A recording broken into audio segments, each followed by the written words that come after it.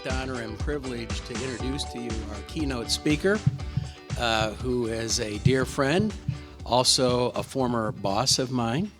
And Jennifer, I'm going to go by the bio here, but I got to interject a few things along the way, some personalization of this. But before we do, I just got to give you a quick background on our speaker today. Judge Bruner serves as one of 8 state appeal court judges of the 10th District Court of Appeals here in Franklin County, Ohio. And for those of you who aren't up on the Judiciary in Ohio, the 10th District is one of the busiest appellate courts in Ohio, hence the 8 judges. And she'll explain why that is. She previously served in elective office as a common pleas judge from 2000 to 2005.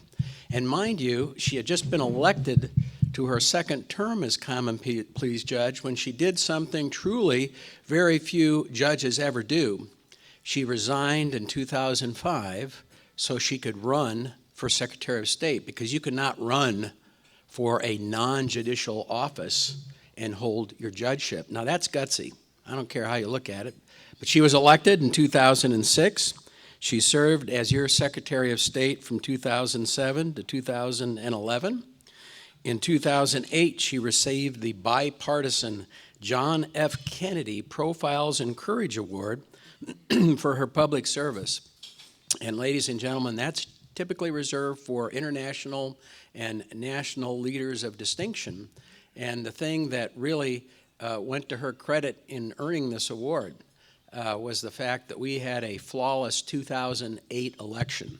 I was there election night as a guest of the judge. They had probably about 30 news trucks surrounding the State House. Everybody expected things to be in chaos. But then as the evening wore on and as the judge was explaining how things work and how things have been put in place that changed things from the way they were in 2004, all of a sudden, the news story dissipated, and believe me, that's the kind you want in that situation. Previously, she was a principal in Bruner Quinn just prior to being elected to her current judicial position in 2014, and then re-elected in 2016 without opposition. Having founded her law firm in 1988, Judge Bruner holds 17 years in private practice, so she's, again, a business owner.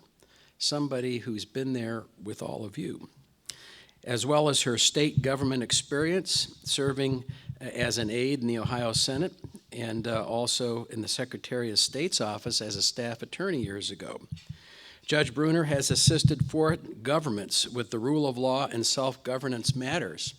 And you may not know this, but the U.S. Department of State has a program which the judge has participated in, and it's taken her to places like the Republic of Serbia, to the Republic of Egypt, to the Socialist Republic of Sri Lanka, where she has helped those governments work on anti-corruption and judicial reform as well as election reforms. Judge Bruner has been married to attorney Rick Bruner since 1978. They have 3 adult children and 3 grandchildren. She was born in Springfield, Ohio, and in her formative years here in Columbus, graduated from the Columbus Public Schools, from college at Miami University of Ohio, cum laude, and from law school at Capital University Law School with honors. Again, she's traveled extensively throughout Central America, Europe, and North America. She is the author of her memoir entitled Cupcakes and Courage. Judge, could you just hand that to me, please?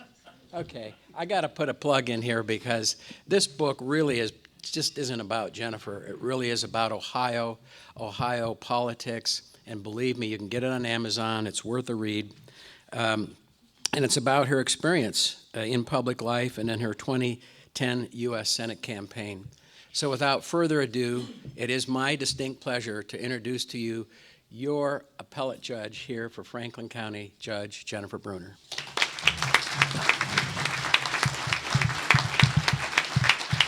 Well, good afternoon, everyone. I've spoken to this group a couple times before, and it's great to be back with you again. I'm calling this presentation Order by Order.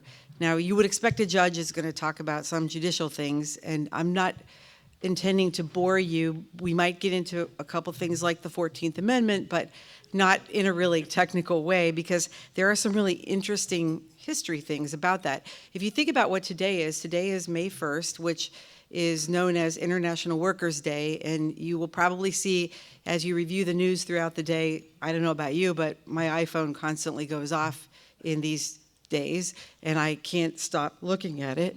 And so you'll see quite a bit about demonstrations, about immigration, but just a little nugget here, the 14th Amendment is why when someone is born in the United States, they become a United States citizen, and you'll see why in a little bit. I think a lot of times we take for granted an ordered society, especially in the United States, and we take for granted how the law works, and we take stability for granted. And so I wanted to give you a couple ideas on what may be going on in the rest of the world outside of all the work that we do when our nose is to the grindstone and we're focused on our families and the things that are important to us. And I think for me, the travels that I've been able to take part in and the work I've been able to take part in around the world has made me very grateful for what we have here, but also somewhat critical when we mess up, knowing that with everything that we have, we can do better. So I'm going to be doing kind of double duty here, and yes, we did this. So in the simplest term, and I know there are some lawyers in here, but you think about rule of law, and that's like, oh, well, what's that? That's not a big deal. But there really is an art to the rule of law, and it's the restriction of the arbitrary exercise of power by subordinating it to well-defined and established laws.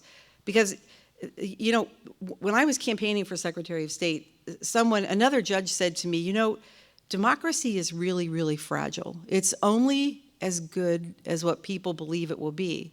So when I was Secretary of State, and I came in after a time after the 2004 election when a lot of what Ohio did was questioned around the world, I realized that putting trust in a process is a very esoteric kind of thing, but it depends upon the beliefs of thousands and even millions of individuals, and when that happens, it will work.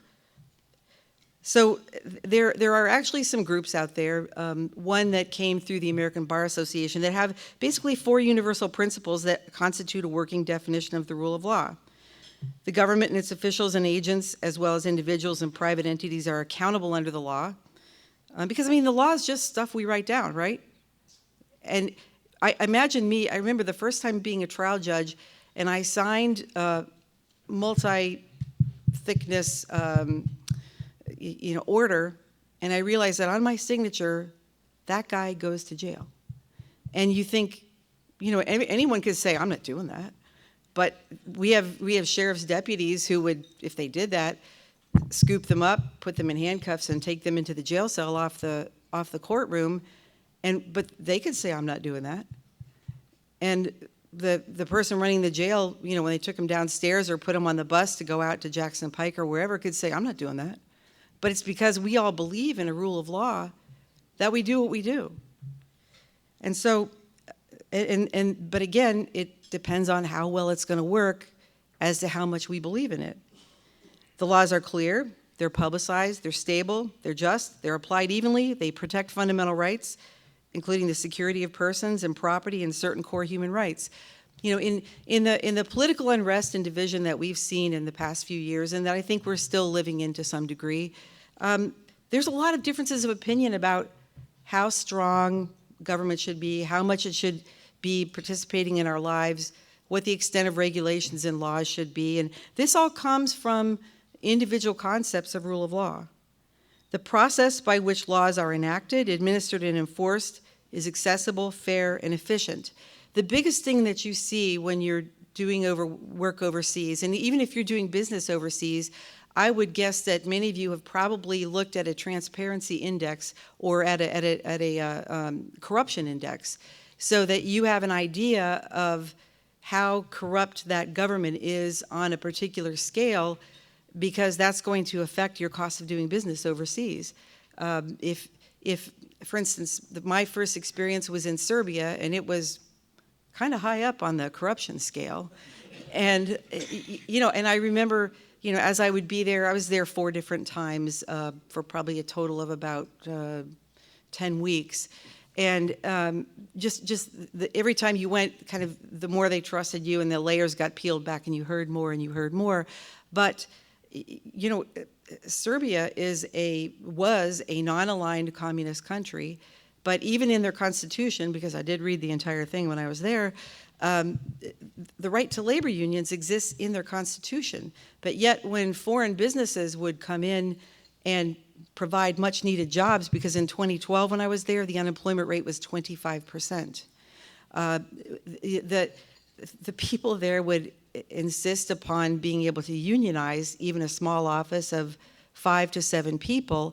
And the younger people, the people like in their 30s that I was talking to, were so afraid that the company was going to leave the country because of the extra cost that this imposed upon the business. And not that I'm standing here bashing unions, but I'm just saying that when you see these mindsets and you have to go and do the work overseas, it will affect your bottom line. The 4th principle of the rule of law is that justice is delivered timely by competent, ethical, and independent representatives and neutrals who are of sufficient number, have adequate resources, and reflect the makeup of the communities that they serve. We can't imagine the concept of changing your constitution on a regular basis. It happens on a regular basis in a lot of other countries. Our Constitution, I'm not sure where the brilliance, where the insight came from the founders who not only wrote the Declaration of Independence, but who put the Constitution together. But the fact that this document has survived for well over 200 years really is miraculous when you look back into history and you look at what's happening in other countries around the world.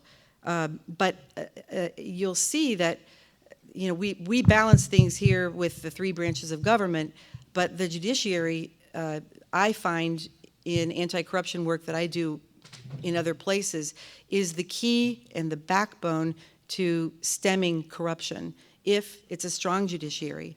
Now, for instance, I hate to keep going back to Serbia, but in Serbia, the chief of the High Judicial Council appointed her son to a mid-level court, and maybe he could do a good job, but in the eyes of the people, they're like, oh, here we go again. And again, it's only going to be as good as what people believe that it's going to be. I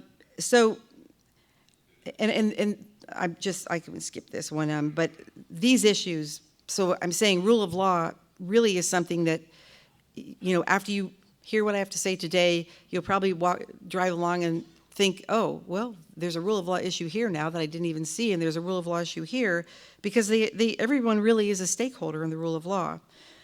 It reduces corruption, combats poverty and disease, protects people from injustices large and small. When I went to Egypt to observe the first referendum, there were 3 different elections I've observed in Egypt. In 2014, they had their their second referendum on a new constitution. This is after Morsi had been ousted from power. And the time that I would spend in the car with, basically we had a driver, I had a partner. My first time my partner was from Tunisia, and we had an interpreter.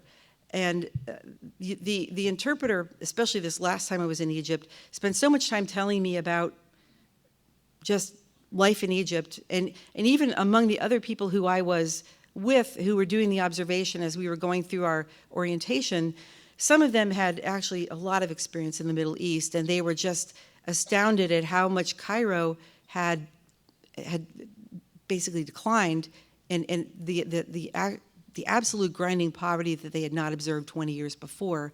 And when I observed this and I listened to what people had to say who were from Egypt, I could not come to any other conclusion than the corruption is what led to this kind of poverty. And actually in Alexandria, where I was dispatched at one point, some people were so poor they didn't even know they were poor. I mean, you'd watch kids taking trash out to where they dumped it, which was in the middle of the street. And they seemed very happy. So rule of law is the foundation for communities of peace, equity, opportunity. It underpins development. accountable government, and the respect for fundamental rights. Now, this came from the World Justice Project, which, as I said, was initially connected to the American Bar Association and is now a separate nonprofit. They have some great resources there, so if you're doing international business, that's an interesting, good place to start, as well as Transparency International, which does keep a corruption index. 8 primary rule of law factors. We've kind of covered these, so I won't go over them too much, but the one that I really wanted to focus on is fundamental rights, because that's what we're seeing so much of from the courts today. And that really wasn't the case in the past, because the 14th Amendment didn't come into the United States Constitution until after the Civil War in 1868. So this, for the first time, shifted responsibility for enforcement of individual rights to the courts, which was a revolutionary concept at the time, according to Michael Benedict, emeritus professor at OSU. Now, believe it or not, the drafter of the 14th Amendment is an Ohioan, John Bingham, who was originally from Mercer County, Pennsylvania, grew up in Cadiz, Ohio, and I will tell you, the reason he only spent several terms in Congress was because of gerrymandering, which we still have today. And I think President Lincoln recognized his talents and ability and brought him on board for other things. And he actually was in charge of the prosecution of John Wilkes Booth after the assassination of Lincoln.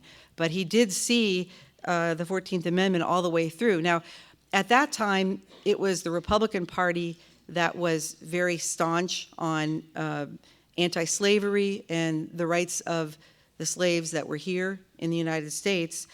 And so the language of the 14th Amendment is really the basis for why you have people who may be coming here from undocumented parents but born in the United States, and why, by matter of birth, they have their U.S. citizenship. And this was because Bingham was trying to protect the slaves after the Civil War. So all persons born or naturalized in the United States are citizens of the United States and the state wherein they reside. No state shall make or enforce any law which shall abridge the privileges or immunities of citizens of the United States, nor shall any state deprive any person of life, liberty, or property without due process of law, nor deny equal protection to them under the law. So this created a whole new focus for the courts, because before the 14th Amendment, the courts didn't see their job. The Supreme Court didn't see its job as protecting individual rights. There were no civil rights organizations to protect it. If you think about the ban that President Trump put on people traveling to the United States from 7 predominantly Muslim countries that occurred back in January, it was the ACLU, which is a civil rights organization, that moved that issue forward to the courts. And at this point in time, in the 1800s, we didn't have groups like that, which in development parlance, we call it civil society. So when the High Court finally did do something before the 14th Amendment, we got the Dred Scott decision, which protected the rights of slave owners to take slaves into territories. And people were pretty upset about that decision. So basically, the 14th Amendment pushed the courts in a direction, and this was John Bingham who conceptualized this, to enforce the rights protected by the 14th Amendment. And this was not an obligation that the courts were used to, and the Supreme Court didn't immediately jump to the forefront to say, oh yes, this is great, we've been wanting to do this forever. They were kind of like, huh, what? So I'll talk to you, I want to just show you a little bit. I think I did not get that one going. Okay. There we go. So I want to give you a sense of what it was like for me and has been like to do this kind of work. I'll explain to you that the State Department has a program called USAID. This has been around for a long period of time, but when we think of development, we think of soft power and hard power. Hard power is basically military. Soft power is development where we go in and we not only do rule of law, but for instance, in Serbia, I was there with the National Center for State Courts, and the name of our 5-year granted project was called Judicial Reform Government Accountability, JIRGA. And part of what the program did was actually to renovate and build new courts for the various areas of Serbia so that people had access to justice. I worked pretty consistently with the misdemeanor judges who were dealing with, for instance, if a woman was brought into the court for prostitution, they had learned to make sure she was not a victim of human trafficking. So this concept of USAID and development, and I think a lot of people have a misconception about foreign aid, because this kind of soft power development is only 1% of the entire United States budget. And you'll see there are protectors of and people who understand this on both the Republican and the Democrat side. But the general idea of the public, and I test this sometimes on Facebook, because after you run for the Senate, you end up with a lot of friends. And I test this sometimes, and I'll put something out there, and it's mind-boggling to me that people think, oh, we're just wasting it. We need to spend it all at home, because the dollars we spend on soft power save many times over the dollars in military, as well as the human suffering, the human loss, not just to our people, but over there. So this is what a polling location looks like in Cairo. You can see there's a lot of nationalism with the red, white, and black flag. But normally, if you look right at the gate behind those sandbags, you've got a soldier there.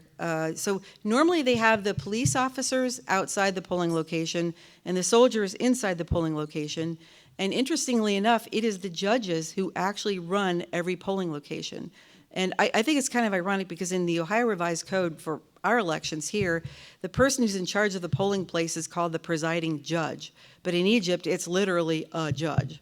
And my first time doing election observation, it was great, because the interpreter would say to the person in charge, to the judge in charge, oh, this is the former Secretary of State of Ohio, and she used to run elections, and she's also a judge. And they would say, oh, please come. And they'd bring us tea, and it was wonderful, because sometimes the first time we did the observation, and we had to be actually credentialed by the Egyptian government, but it was a USAID-funded organization, Democracy International, that allowed us to do this. They weren't quite sure about what we were doing, who we were. Inside the polling location, this is what it looks like inside the polling location. It's usually in a large courtyard, usually a school. I didn't take a lot of pictures because they didn't want us taking a lot of pictures in the polling place, but I was able to ask the guard, and I was able to take at least this much. What I noticed my first time in Egypt during the election, and it was a 2-day election, was this was the first time some people had voted. I mean, they'd had the chance to vote maybe once before for Morsi, but we went into an area where the streets were 600 years old, and it was like, I thought maybe I was like in a movie from, Ben-Hur or something. I mean, wrong place, but still from that time. And, the soldiers were very gentle. And, of course, the polling places were not accessible. There were a lot of older people. And so the soldiers mainly spent their time helping the older people up the steps to a second-floor classroom where the voting was taking place. The funniest thing I can remember seeing is a police officer with full riot gear, with plastic in front of him, and a sword by his side, and there's, Hummer over here, and there's sandbags, and he's on his iPhone. And I thought, you gotta love it. So this is just kind of a picture of the streets of Cairo. This is near the gates of Cairo. Oh, it didn't change, I'm sorry. Somehow we didn't, oh, I'm going backwards. All right. I thought I was more coordinated than this. I apologize. This is in that older neighborhood I was telling you about. This is Kauthar Mansouri, who's from Tunisia, and the problem I ran into was that Tunisia is very close to Egypt, and this is the Arab Republic of Egypt. And I will tell you, as far as my impression of the Egyptians, is that in their hearts they still are Egyptians. They may be the Arab Republic of Egypt, but there's something that courses through them that they know that they're ancient Egyptians. And I find the level of tolerance to be fairly good, at least in Cairo. But she sometimes would think that the interpreter wasn't doing a good enough job, and she would just move ahead and do the interpretation. So sometimes I was sort of balancing people's interests there. This is just, you see mosques everywhere. When we're here in Columbus, Ohio, and we see a woman wearing a hijab where the neck and the hair is covered, we may take notice. If we see a woman in a naqib, which is all the black with just the slits at the eyes, we're really shocked. But it's pretty commonplace to see that. And in fact, when you go by some of the market areas and the stores, and they don't really have malls that I've seen. They do in Indonesia, but not that I could see in Cairo. There'll be a second floor of display windows, and it'll be all Muslim fashions. And I remember looking at that, and I thought, boy, if people in Columbus could see this, because we think of the Muslim world as being very small. It is very, very big, and it's peaceful. I mean, look, I would hear the call to prayer 5 times a day, and if you're really praying 5 times a day, I don't even know how you could be violent, if you think about that. So, my sense, I found the Egyptians to be very warm, very kind, and even though they didn't really like our president at the time, they said, we love Americans. So now this is where I worked in Serbia, and I'm going to give you a little bit of time for questions, but this is when a USAID organization that receives a grant from the U.S. government goes in to an area, they literally have to find an office. They will bring in Americans for some of the top positions, but they hire locals to do the work. So most of the people that I worked with in this office were Serbian, and I would go to work every day. I lived in Old Belgrade in an apartment, walked the brick streets or the cobblestone streets 4 blocks, and still managed to get lost. But it was, imagine sitting in an office hearing no, and the Serbians going on and on, but all of them could speak English to me. They had an IT person, just like we do in an office. They had an HR person. They had a media person. And their job was to be the liaison with the Serbian government and help them with what they needed on judicial reform, so their Ministry of Justice. Also, can you imagine if we had an anti-corruption agency here? But a lot of countries do. I mean, I thought, that's pretty sad if you have to have an anti-corruption agency. That means you're kind of admitting you have the problem. And so we worked on a very frequent basis with them. So when I went in as a consultant, it was to solve a particular problem, and it was basically to sit down with the people from the agency, ask them what their concerns were, and then give them suggestions in a formal written report with methodology on how to accomplish what they needed to accomplish. So this is the actual, in the Ministry of Justice. I mean, we don't really think of Serbia, and I don't think Serbia thinks of us that much, because I remember I came back and someone said, well, what do the Serbs think of Americans? I said, well, I don't really think they think about us that much, because they have a language that is very insular.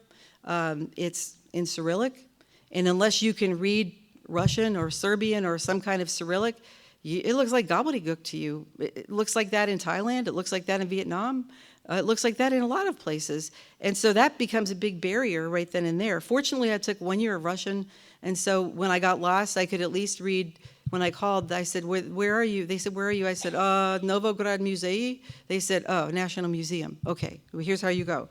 But this is a very old institution, and it is the Judicial Academy. So obviously, they've been training judges for a lot of years, despite the fact that they don't go for 50 years without having some kind of a war on their soil. This is in Belgrade, and this is a protest about Kosovo. And from everything I could tell about Kosovo was one of the biggest issues about that separation was that most of the sacred monasteries of the Serbian Orthodox religion are located in Kosovo and not in Serbia. And so when the rest of the world said to Serbia, you can't have Kosovo, it did cause a few problems, but they're getting through there. They're actually joining the EU. They're in the process. This is in Novi Sad. This is a town north of Belgrade, and this is a monument to people during the World War II time who were in the wintertime gathered up and at random chosen to be pushed under the river in the ice and to die. The gentleman who took me there, his grandmother had been taken there as a teenager 3 times but never died. So there was sort of another form of terrorism. This is not supposed to be election campaigning in Serbia, but I think it really is. So yours truly took a photograph of it and used it in my report. And then I want to give you time for questions because it's 1 o'clock, but in Sri Lanka, I was there in 2015, and understanding that they've suffered through the tsunami, they've had wars on their soil involving the Tamil, and so my job was to teach at the Bar Association about principled negotiation. So this was with the senior lawyers, this was with the junior lawyers, and it was sort of train the trainer, but just a little tidbit for you. Women lawyers have to wear a sari to court, but they are Buddhist. They're not Hindu in Sri Lanka, and it has to either be mauve, black, gray, or white. And most of the saris show the side of the skin over here, which when you first see it, when you're American, you're like, you're going to court in that? But after a while, you get even the flight attendants wear them. You get so used to it, you don't even notice it. And when they get older and a little chunkier, well, they kind of cover that up. So this just shows you a little bit of just life in Sri Lanka. This is where I was at the Bar Association. So you see there's sort of Asian and Indian influences there. And again, you can find more information.